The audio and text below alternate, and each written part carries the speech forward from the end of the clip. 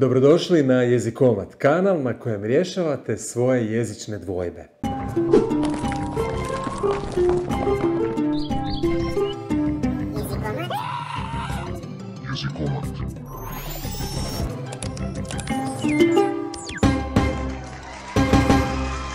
Jedna dvojba mogla bi biti je li pravilno upotrijebiti riječ duljina ili dužina. Znamo da su to riječi koje često upotrebljavamo i možemo odmah reći da je njihovo značenje u općem rječniku, što znači u općoj upotrebi, jednako.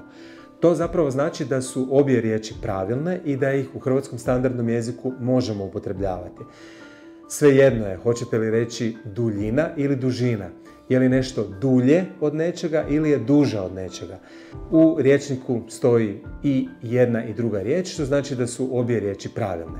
Međutim, nerijetko se događa, a to je i slučaj kada govorimo o riječima dulje, duže, duljina i dužina, da se u strukama, to jest u stručnom nazivlju, u terminologiji, značenja riječi razlikuju, to jest da im ne možemo pridati isto značenje kao što im pridajemo u svakodnevnoj općoj komunikaciji. To zapravo znači da u stručnom nazivlju neke riječi ne možemo baš zamjenjivati jedne drugima bez promjene značenja. Upravo to događa se i s riječima duljina i dužina.